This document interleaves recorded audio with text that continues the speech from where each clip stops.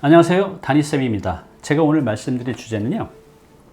고시원의 특징 및 투자, 창업 시 주의사항 총정리입니다. 제가 저번 영상 때 고시원에 관련된 영상을 올린 적이 있었습니다. 그 영상을 보고 많은 분들이 관심을 가지셨던 것 같아요. 문의도 많이 오고 밑에 댓글에 보면 다양한 질문들도 많이 있었습니다. 그 질문을 제가 다 읽어봤거든요. 그래서 가장 많이 나왔던 질문들 중에서 굉장히 중요하다고 판단되는 것들을 모아서 정리를 다시 했습니다. 실제로 며칠 전에는 제가 올린 그 고시원 투자에 관련된 그 영상을 보고 20대 여성분이 찾아왔었어요. 그래서 계약서를 딱 보여주면서 다니쌤 말대로 이렇게 계약을 했다고. 그래서 깜짝 놀랐어요. 왜냐면 경험도 없는 젊은 여성이 엉뚱한 거를 이렇게 했을까봐 걱정을 했는데 다행히 이제 괜찮은 걸 계약을 하셨더라고요. 자, 그래서 오늘은 고시원에 대해서 여러분들 실수하지 않도록 고시원이 법적 특징이 무엇이 있는지, 고시원 투자 시 주의할 사항들이 많이 있거든요. 그리고 고시원 투자 방법에 대해서도 제가 자세히 알려드리겠습니다. 자, 오늘 영상 놓치지 마시고요. 보시기 전에 구독, 좋아요 부탁드리겠습니다. 네, 그럼 지금부터요. 고시원의 특징 및 투자 창업 시 주의사항에 대해서 아주 자세히 알아보겠습니다. 제가 그 주택의 종류에 대해서 제가 단독주택 말씀드렸고요. 공동주택 말씀드렸어요. 근데 준주택이라는 게 또 있었죠. 그 중에 하나가 바로 고시원입니다. 이 고시원은 건축법상 준주택에 포함이 됩니다. 신문기사인데요. 서울 인구의 1%가 고시원에 산대요. 그럼 이제 전체 인구로 따져보면 거의 50만 명이고 서울 인구 1000만 명이라고 따져보면 약 10만 명이 고시원 사는 거죠. 즉 국내 인구 100명당 1명이 고시원에 사는 거니까 굉장히 많은 분들이 고시원에 사는 겁니다. 우리가 이제 주택에서 꼭 살아야 되잖아요. 집이라는 거. 근데 이 고시원은 일반 1인 가구가 살 수 있는 가장 낮은 단계의 주거 상품입니다. 고시원은 원래 이게 합법화된 지가 얼마 안 돼요. 여기 보시면 2009년 7월 16일 이제 건축법 개정으로 고시원이 이제 합법화가 됩니다. 그전에는 신림동 고시촌에서 독서실에서 주거와 숙식을 해결하는 형태도 있었는데 다 불법이었죠. 그런데 이제 2009년도에 이게 고시원으로 합법화가 됩니다. 그리고 그 다음에 준주택으로 이제 인정이 돼서 지금은 고시원 내부에 이런 샤워실이나 화장실을 두는 게 이제 가능해졌습니다. 그런데 여러분들 이제 고시원 생각하면 TV에 이렇게 보면 굉장히 낡고 어둡고 칙칙한 이제 그런 고시원만 생각나시잖아요. 근데 그건 이제 예전 고시원이요. 요즘 고시원들은 굉장히 여기 보시는 것처럼 대형화되고 고급화되고 이제 전문화되어 가고 있습니다. 그러니까 내부에 들어가면 좀 방이 작아서 그렇지 굉장히 깔끔하고 굉장히 고급스럽게 되어 있는 것들이 많이 있습니다. 이건 이제 제가 실제로 인천 논현동에 이제 했던 사례인데요. 여러분들 이거 보시면 이게 고시원처럼 보이시나요? 이게 아주 잘한 게 아니라 그 당시에는 그냥 평균적인 수준이었습니다. 여기 이제 로비고요. 여기 이제 복도고, 그 다음에 이제 방 모습이고, 여기 이제 공용 주방으로 이렇게 돼 있는데, 실제로 규모만 작았지 내부 시설은 굉장히 고급화되어 있는 그 고시원들이 굉장히 많이 있습니다. 이제 내부의 모습입니다. 1.8평 정도 되는 고시원인데 여기 침대, 아주 작은 침대가 있고 여기 냉장고가 있고 여기 의자와 책상이 있죠. 요 TV는 이제 컴퓨터 모니터 겸 그 TV도 볼 수 있는 겁니다. 작은 옷장도 있고요. 그리고 여기 열고 들어가면 이렇게 돼 있는데요. 여기 보면 그 세면대하고 화장실하고 작은 이제 샤워 볼 수도 있습니다. 그래서 1인 가구가 이렇게 2평도 안 되는 작은 공간에서 그 모든 것이 해결 가능하도록 만든 것들이 이렇게 이제 고시원입니다.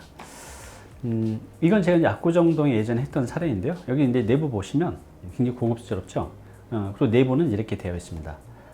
이건 이제 공용 주방인데요. 그 고시원은 법적으로 공용 주방을 놔두게 되어 있는데 왜냐하면 내부에 취재 설비를 할 수 없거든요. 그래서 이렇게 공용 주방을 두고 있습니다. 자, 이거는 이제 3.8평짜리 고시원인데요.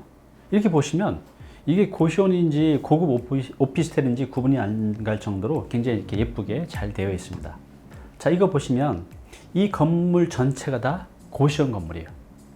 놀랍지 않습니까? 여러분들 생각하는 조그만 고시원을 생각하시는데 이렇게 건물로도 전체가 고시원인 경우가 많이 있습니다. 이것도 다 고시원이거든요. 그죠? 이것도 이제 고시원이고요. 자, 그러면 이제 이제부터요, 이 고시원의 이제 법적 특징을 이해하는 게 굉장히 중요하거든요. 자, 이걸 지금부터 알아보겠습니다. 자, 첫 번째 고시원은요, 근린생활시설입니다. 이제 좀 더 정확히 표현하면 제2종 근린생활시설. 근생이 이제 1종 근린생활시설이 있고요, 2종 근린생활이 있습니다. 그래서 이 고시원은 일종이 아닌 제2종 근린생활시설에 할 수가 있습니다. 여러분들 보통 이제 상가라고 보통 이해하시면 될 것 같아요. 우리가 말하는 이 상가들이 보통 근린생활시설에 많이 들어가 있거든요. 그래서 이 고시원은요, 주택에서 하는 게 아니라 제2종 근린생활시설에 합법적으로 할 수가 있습니다. 자, 두 번째는요, 샤워실 그리고 화장실 설치가 가능합니다. 그러니까 고시원 내부에 화장실하고 샤워실을 두는 거는 이제 가능하다는 거죠. 자, 세 번째, 시사 설비는 불법입니다. 근데 이제 간혹 고시원 내부에 이런 것들을 두고 하는 경우가 있는데 이거는 이제 명백히 불법 사항입니다. 자, 네 번째 뭐냐면 면적이 500제곱미터 이제 이내입니다. 원래 그 고시원이 초기에 나왔을 때는 1000제곱미터까지 가능했었어요. 1000제곱미터까지.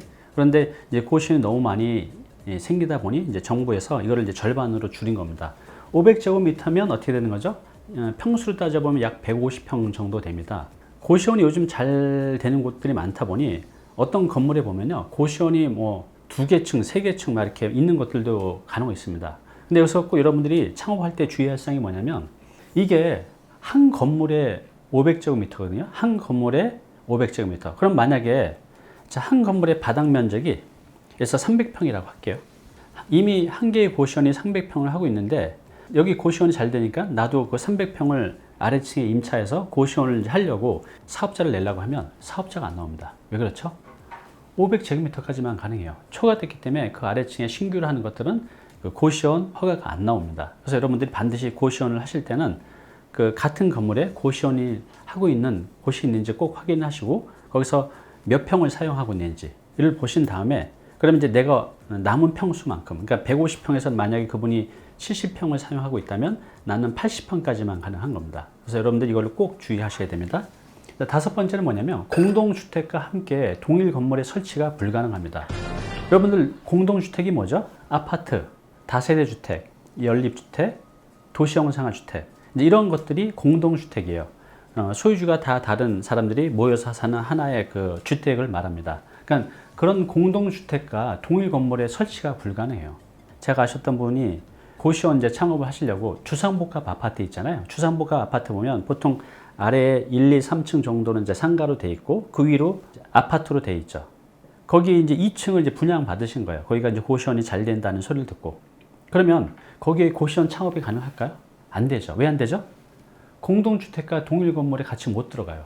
그러니까 이런 주상복합 아파트에 2층, 뭐 1층, 3층 아무리 이게 근린생활시설 할지라도 고시원 창업을 할 수가 없습니다.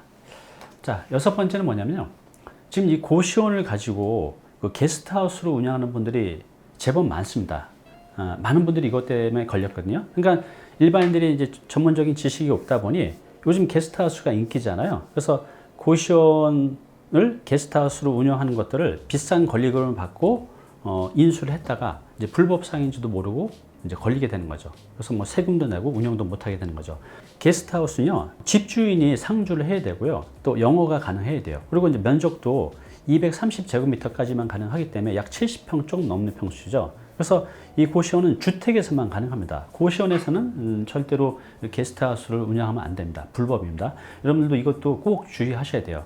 게스트하우스를 찾으실 때 이게 주택인지 아닌지 또 면적이 230제곱미터 이내인지 또 본인이 거주를 해야 돼요. 이런 요건을 갖추지 않으면 이제 게스트하우스는 불법입니다. 어찌됐든 고시원에서 게스트하우스를 운영하는 건 불법입니다. 자, 일곱 번째 뭐냐면요. 고시원 분양 사기 사건을 참 조심하셔야 돼요. 이게 지금도 있지만 한때는 이게 엄청나게 많아서 이 피해자들이 거의 수만 명에 이르렀어요. 인천, 뭐 안산 이런 데 일대 정말 굉장히 많은 피해자들이 나타났었거든요. 무슨 말이냐면 이 고시원을 개별 등기 분양이 가능한 걸로 해서 분양을 막 했었죠. 하나하나를. 근데 이게 가능하지가 않아요. 이게 개별 등기가 안 됩니다. 고시원은. 근데 그런 것들을 보고 수익률도 좋으니까 이런 것들을 뭐 오피스텔인 것처럼 이제 착각해서 분양을 하는데 이건 다 사기입니다. 절대로 고시원을 가지고 분양하는 거 받으시면 절대 안 되십니다. 자, 여덟 번째 뭐냐면요. 법적인 정확히 명칭은 고시원이에요. 고시원. 그런데 이 고시원이라는 어감이 그렇게 좋지가 않잖아요. 그래서 시중에 보면 이 고시원을 뭐 리빙텔, 웰빙텔, 또 레지던스텔, 또 고시텔 뭐 이렇게 이제 표현을 하는데 정확히 말씀드리면 전부 다 고시원입니다. 그래서 이제 우리가 뭐 고시텔, 원룸텔, 리빙텔, 레지던스텔, 웰빙텔 여러 가지 용어가 있는데 정확한 명칭은 바로 이제 고시원입니다.